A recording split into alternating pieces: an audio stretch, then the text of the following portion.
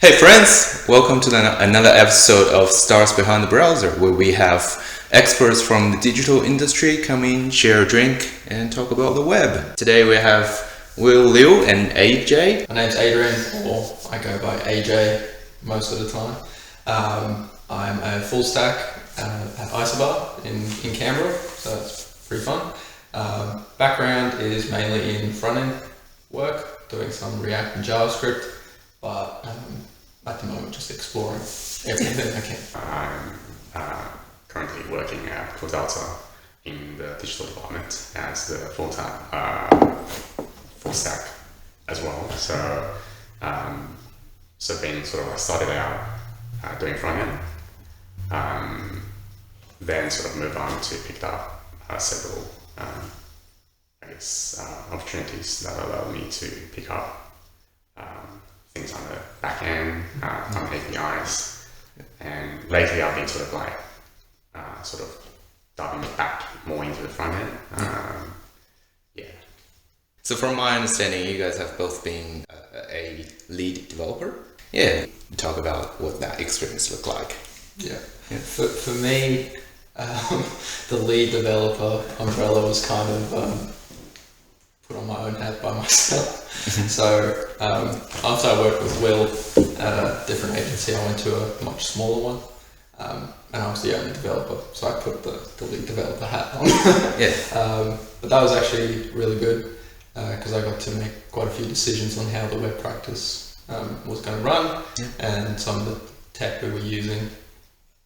After that, I did lead a few projects at a few places in Canberra, just building websites. Led the front end build of a Cycle project. It's fun, but it can be kind of stressful when you have clients breathing down your neck to get things done. But I've had pretty positive experience with being the lead. So, Awesome. I think one of the most wonderful things for I suppose being able to steer the direction of a project, obviously, what you're doing, what you're designing, architecturing is going to make an impact on people's life. I guess what you envisioned will get carried out by a team of people, then I guess there's a lot of responsibility in there, but at the same time it's also very rewarding. Yeah. So so I think particularly when you work with people like talented as AJ, like you have that confidence, like you have a team like that will back you up, that backs you up. Because obviously, like I think being a senior or lead position, you're not sort of like sitting in front of a computer just writing code. A lot of times, I guess you need to talk to the stakeholders. You need to deal with a lot of like high-level technical concept. You need to present that in, I guess, common language to other non-tech stakeholders. And sometimes, like I suppose, there will be challenges presented by other people, like non-tech people, and you need to kind of like then translate that into a technical solution and convey it to the team and make sure, I guess, the team has what they have, at each stage of the project, so the project can carry on. So it's stressful, but definitely, I guess somewhere I think that should probably aim for to go down. definitely at least once in their career. Just to see if they like it or not. Absolutely. Yeah, to me it feels very very different to be coding every day versus having to manage people every day. It's quite a different ball game, and I do encourage people to try different pathways and see what they like. So why did you decide to go into the digital world? So long story short, I guess. I originally wanted to go into the game development space. And I was really interested in that, and planning to move to America or Europe somewhere, because Australia they have a cool indie scene, but not gigantic studios. But when I got into year 11, I had a really bad IT teacher. I kind of discouraged everyone because he didn't really care. And then year 12, I got a really awesome web teacher who taught me like everything I knew. And then from there, it kind of just like snowballed into moving into the digital space. And it is really fun. You get quite a variety of work as a digital, in a digital agency. Anywhere from working with government clients to working with, quite small businesses who have a niche product that they want to present. So it's quite fun to work in the digital space. A whole different range of tech stack. Oh yeah, for sure. I think every day I touch like 5 different things. It's really fun. You don't really get bored of it that often. Absolutely. So that's why I'm interested in the digital space. Awesome. What about you? So I started off wanting to do something similar to AJ. Like games, 3D animation like movies and stuff. I think through those things I can convey something I want to say to people. Of course. And just, I guess, through the positive message, then I guess make the world better kind of thing.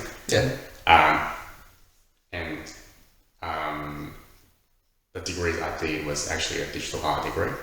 And then in the degree there was actually some programming units, like computer generated graphics. And basically just type some like code and it'll just, the computer will figure out some like random pattern. Those are always fun. That's cool. That's exactly right. And then there were also part there like they call it the interactive installation, where basically one example being like let's say the Kinect camera, and you can write some code to detect people's like moving parts. The Xbox Kinect.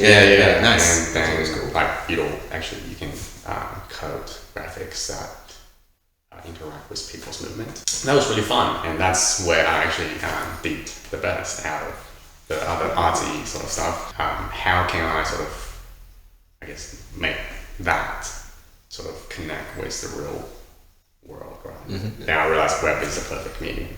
Like in this day and age where kind of like web is everywhere in our life. And it's super interactive, right? We interact with it every day, and it's the perfect medium to. I always say, like, if you want to bet on one particular technology, don't put all your eggs into one basket. This is not a financial show, right? But if you want to bet on anything, bet on the web, because it's covered by every single device, every different type of device, and it's ever changing. So it's not just regulated by one particular company. Exactly. It's what people use to get information, and it's what people use to get things done, right? And it's for enjoyment, like this one. And with like the introduction of stuff like WebAssembly and that, you can run like 3D games and awesome stuff in the browser as well. I'll also say your art degree was a lot more impressive than my art degree. Because I just did like some logo designs. I'm going to blame my degree's name, which made it sound like I was going to do a lot more development stuff. But when I was able to do development, I went mental. I mean, because I think seeing from my perspective, I always thought like, I mean, when you came in for internship, I always thought like, wow, you're kind of the one. Chosen one. But when I first met you, I thought you were very talented, and for someone at your age, I think you were quite experienced, and the sort of visual side of things are also on par as well. So really impressed. I will say, getting an internship right out of school was a good idea. A lot of people don't want to do it because they kind of want to go and have some fun. Like, I finished year 12 and then immediately emailed like 5 different companies in Canberra to go and do an internship, and only one replied. And luckily they took me, because I think that like jumpstart my career an insane amount. Like, I don't think I would be where I am now if I didn't get that internship. So I'm going to say that Will, I think, guided me more, while I was doing my internship and while I was working. So, because I always wanted to impress Will. Right. Yeah. Wow. Whenever I was working. That's Ooh. emotional. Wow. Yeah, man. Cheers. Well, because Will was the lead developer. Yeah. So I felt like anything that I had to do, had to be like top tier if I wanted to do a good job. So just so people understand the context, you guys used to work in the same agency, and you were the lead developer, you were an intern. Good. Yeah, intern and then like a junior fed or junior front end, and then but yeah, always. Yeah, just to throw it back a bit, I think certainly it wasn't a coincidence as well. Like, I was just as impressed with AJ as usual. Like when you met AJ was already he was like been working for several years, but like back then it was like AJ just graduated, but like I think the approach and I guess the way of thinking just blew my mind. Like, we gotta get him. Like, The reason I got into web is because I couldn't get a job in game development in Canberra because it's a small town and I didn't have any citizenship back then. So it was pretty hard to look for jobs. Yeah, back when I wanted to do game dev, I think the only people in Canberra were like Take-Two. Or something like that. Yeah. I sent them an email. I was like, "Hey, like, do you guys have any internships open or anything like that?" I got nothing. And I was just like, "Cool." And then I think like a year later they closed, and that was the only place that I knew of in Canberra. So, game dev is a difficult space. I still dabble with it.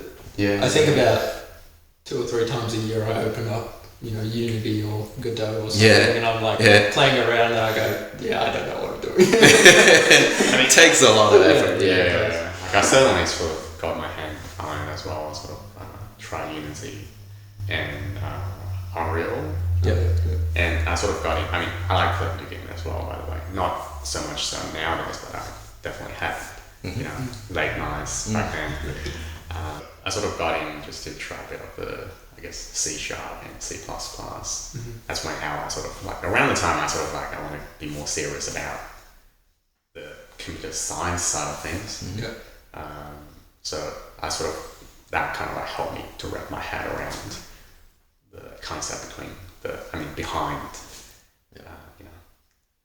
games. Kind of off topic, but C++. The only program I've ever written in C++ was this like text-based adventure game, and I built it so badly that you could only change rooms like 4 million times. Like it's a lot, you'll never do it, but then your computer runs out of memory.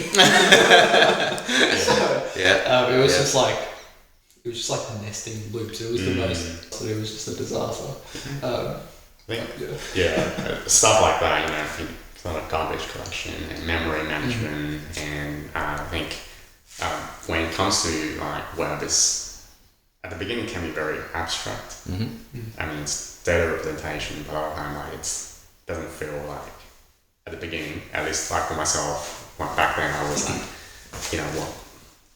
all this difficult concept meant. Like I was like, what those concepts means, like to me it was like very difficult to grasp. And only then I did sort of like a game course, and because the games you sort of like you make a class of the world, and you can instantiate a different world and with different property, and they can handle different things, and that really helped me to kind of like understand all this computer science concept. The sort of higher level languages are helping you to achieve something more quickly, and it's especially like JavaScript.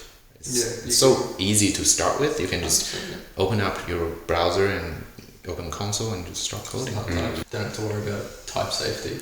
Unless you go into TypeScript. That's a different story. I suppose there's definitely controversies, but I think personally lately I definitely TypeScript becoming a fan. I don't write JavaScript without TypeScript Yeah. anymore. Yeah. It's just stopped me doing very dumb things that I used to do in JavaScript. Like if you have very basic example, if you have a function that it's a sum, it takes A and B and adds the two, right? Regular JavaScript, okay, it's a sum function, I should pass numbers. You can pass whatever you want though. You can pass two objects and then everything falls apart, right? Well, it might not fall apart, JavaScript is weird. But you know what I mean? But like in Typescript, when you go, I accept two numbers, you can only pass in two numbers. So it's just helped with like all of those small things, which has helped me, be a bit more productive because I don't always have to think about not doing the dumb thing. But then it does add some complexity when you come into like React and you have to type certain things. It can get a little finicky, but I still think the cons outweigh, the pros outweigh the cons. That's absolutely. I completely agree. And in a recent job, I had to sort of start using C# and .NET, and that's strongly typed, right? The development cycle feels so slow because you need to check everything. You need to let the IDE check everything and then compile everything and then run it. TypeScript, I think, is a good middle ground because the compiler is so quick and it's not that strict. So if you want, so TypeScript is essentially a superset of JavaScript. You can still write your JavaScript in Typescript TS files. But it helps when you specify the type and the IDE can pick it up. Yeah, for sure. And I don't know if this is a feature of other IDEs, but in VSCode, for example, even with plain JavaScript files, you can just put a comment at the top that's like @ts-check, and it'll do TypeScript checking of your JavaScript file. Wow. Just like small things, like it'll be like, you got a DOM node, it might be undefined, maybe you want to check that. Yeah, right. That's stuff like that. Like that's a good example. Like you get a DOM node, get element by ID. It might be undefined, but you kind of just continue on writing your JavaScript as if it's there. Right. It's also self-documenting. And basically, you sort of before you even go on, you sort of write down what you want to do, and other people can sort of like look at the type interface. Oh, okay, this is what this is. And that part is really good because recently I've been doing a lot of Stencil development. Stencil is a compiler for web components, and it uses TypeScript. And a very good thing about it is that you can specify a type of your properties of your component. There is a stencil command that generates documents, right? And it includes all the types for you, and that's your document. I guess what I prefer is a good middle ground, right? Is okay when I try to do something just quickly, I don't really care at this stage. For example, I'm building a prototype, right? I don't really care if a user passing an object. At that point, I don't really want to be checking because it slows down. I just want to have a quick prototype. Whenever I do like write an article or like a small tutorial or whatever, I just use JavaScript because I think at that point you don't want to, if someone isn't used to TypeScript, you don't want to teach them a new concept and then have them struggle with weird things that TypeScript can sometimes make you do. So definitely.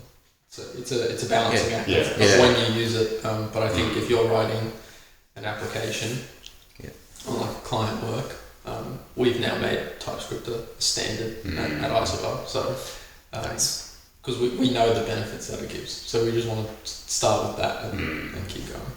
Awesome. What's your best work experience? Best work. Well, the best is this kind of a weird answer because I've done a lot of stuff, but one of my best projects or one of my favorite projects was when we were still working together. I built a WordPress site, which you don't hear people, bragging about a WordPress site that very often. No, but we should. Just the way that it was built and how it turned out, I was like super proud of, and still am. It's like one of the few sites that I'm like, yes. But it's not live anymore. I think the company went out of business or something. So that was one of my favorite projects that I've done. at the smaller digital agency, I actually built a website for one of the nightclubs in Canberra. Cool. And it had like like an employee induction system as well. That was really fun. Nice. Since then, I've been doing longer contracts, like 3 months or 6 months. Yeah. So you kind of get time to build up a relationship with the clients, which is really fun because you can kind of hear once you leave, you can hear like how things are going, if it's going well or if it's you know everything's just fallen down and collapsed. So I probably would say my a project I'm currently actually engaged on is quite enjoyable. Yeah, nice. So essentially I'm working for this company who is really good at what they're doing, but they are not really sort of familiar with the front-end web side of thing. Yep. So I think sort of really enabled me to, I guess, share my knowledge. Yep. So I guess also being able to, I guess, transform a thing from something that's a bit fiddly, then I guess applying the knowledge that I've gained over the years. Yeah. And then just transform it and then I could actually get the whole team on board. Yeah. That's something really exciting. Now, I guess the lucky thing where this place is they have a weekly meeting, which is just focused on how things can be improved. Yep. So I think that's a really good, I guess, activity to do. Yeah. Because a lot of time in a, let's say, the agile environment, you're sort of too focused on the goal. Yeah. And you sort of disregard the retro or, you know, Yeah. bit, and you just carry on with bad things on and on. But where like you actually spend a bit of time every day, I mean sort of like not every day, but like, that would be too much, but like every week. Yeah, like an hour every week that actually really make a difference. Nice. So I was able to use that time to actually communicate several better practices. Yeah. And people are actually just, when people are sort of like, oh, I can see what you mean, and yeah, let's do that.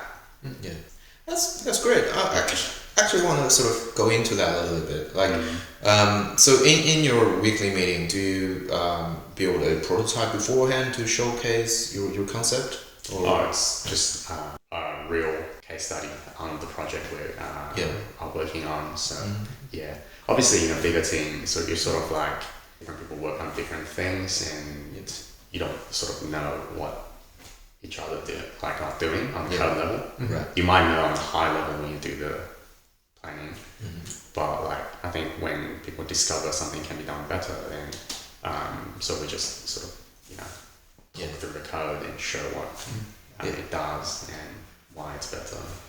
Right. I actually do like the weekly cadence, because I feel like if you do something on the Monday and then that next improvement meeting is in 2 weeks. By the time you get there, you've forgotten what you've done. And actually, it's kind of funny that you mentioned like retro. I feel like one of the things that people always ignore in agile projects is the retro. Yeah. Like they're like, oh, we've had too many meetings. Scrap the retro. We don't need it. And then you kind of just like keep seeing those bad habits continue on and on and on. That's spot on, because I think people often sort of don't value that, because they sort of like they want to see real result and feature being delivered. But like then, if the bad practices are sort of being just carried on and on, and you don't have a quality product, creates a lot of technical debt. That's it. So you guys have been sort of exploring a lot of different ways of how to become a better programmer. Talk to us about what recent areas of interest that you've been looking into. So recently I've been looking a lot into like the JAMstack. I think it's a pretty cool space. A lot of JavaScript, which I'm very happy with. But it does give quite a few benefits, like performance, security, and all that. Yeah. But I also think one of the big things with JAMstack is just the developer experience overall. It just feels a bit nicer to work in. You can move very, very quickly. Yeah. You can work with, a range of technologies to solve the problem. gives a lot more freedom to a developer without being locked down to one thing. So that's what I've been exploring a lot lately.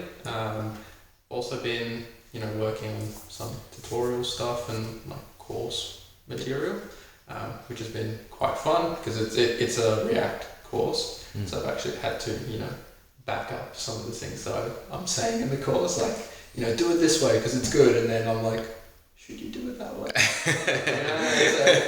It depends. It depends. So that's given me quite a bit of time to actually look at how I'm doing, how I'm writing React, to make sure that it is best practice and that kind of thing. Yeah, awesome. It's a surprising amount of work. Yeah. Each lesson is about 3,000 to 4,000 words that I've been writing. It's code snippets and all this stuff. It takes me a week just to write one. So hopefully out soon. Yeah. It won't be. But I think you'll get better over time, right? You get you write your script much quicker. You know what you're talking about, and you're always on top of the latest things out there. Trying to be.